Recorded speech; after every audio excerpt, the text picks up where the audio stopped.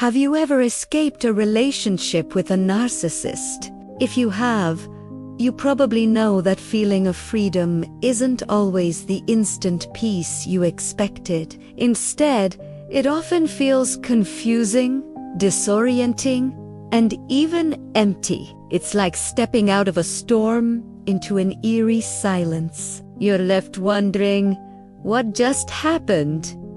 And who am I now? The journey of healing from narcissistic abuse isn't about trying to erase the past or forget what you went through. That's impossible. It is about something far more powerful, rebuilding the version of yourself that the abuse tried to silence and erase. It's about finding your way back to your own voice, your own strength, and your own truth. So, where do we begin? Let's walk through the steps together. The very first step on this path is to acknowledge what really happened. True healing can only begin when you stop downplaying the severity of what you endured.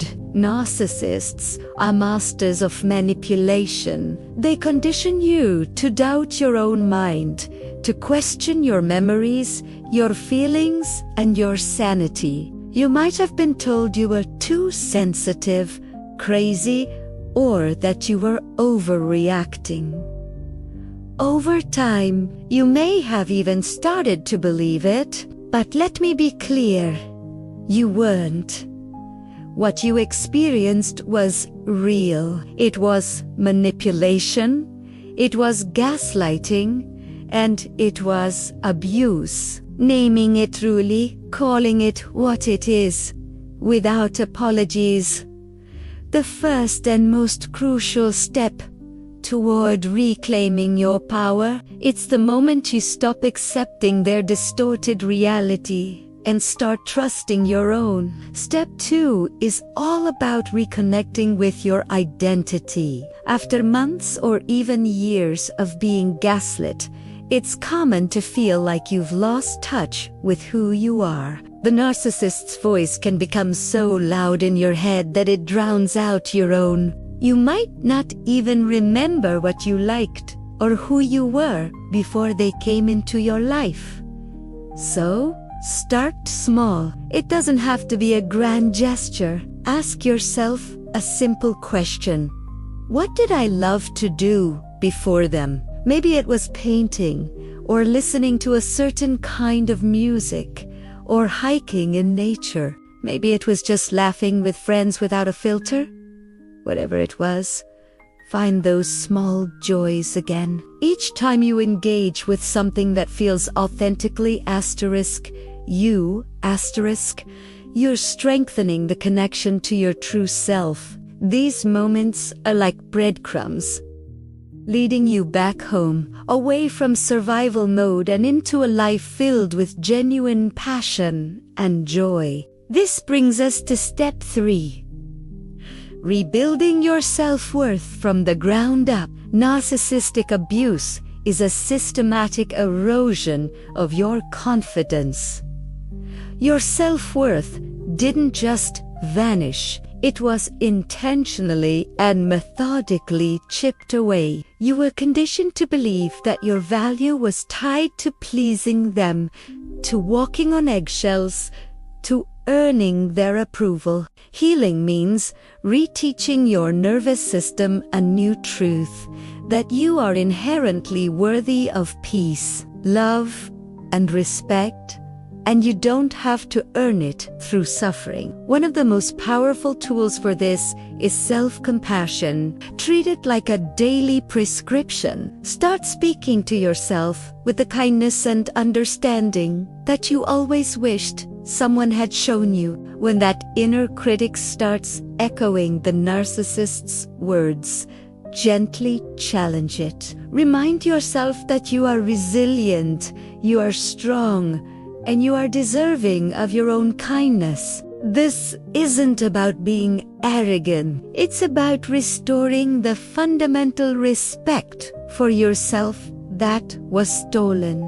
Step 4 is about creating and enforcing boundaries that protect your peace. This can be one of the hardest parts of recovery, especially if you've been conditioned to be a people pleaser. But it's non-negotiable. You do not owe access to your life, your time, or your energy to anyone who disrupts your healing. Saying no is not rude.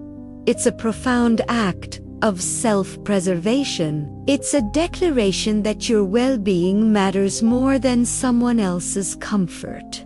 Think of boundaries not as impenetrable walls that lock you away from the world, but as doors. You are the one who holds the key. You get to decide who comes in, when they can come in, and how long they get to stay.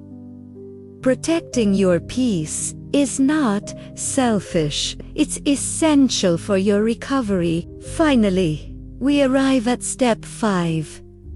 Living beyond survival. The ultimate goal here isn't to never think about the narcissist again. Trying to force that thought out of your head often gives it more power. The real sign of healing is when you can think of them or a memory of them pops up and you feel nothing. The emotional charge is gone. It's just a neutral fact of your past. You know you're truly healing when your story is no longer defined by the pain they caused, but by your incredible strength and growth in the aftermath. The narrative shifts from what they did to me to what I built for myself despite it.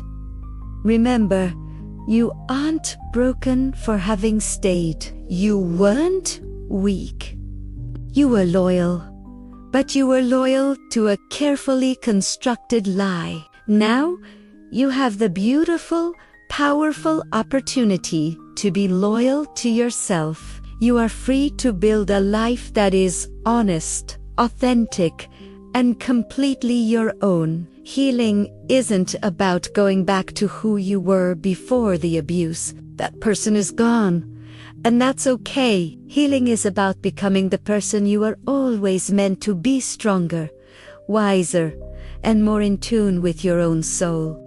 Thank you so much for being here and taking this time for yourself. If this resonated with you, please consider subscribing for more videos on trauma recovery and rebuilding yourself. You're not alone in this journey.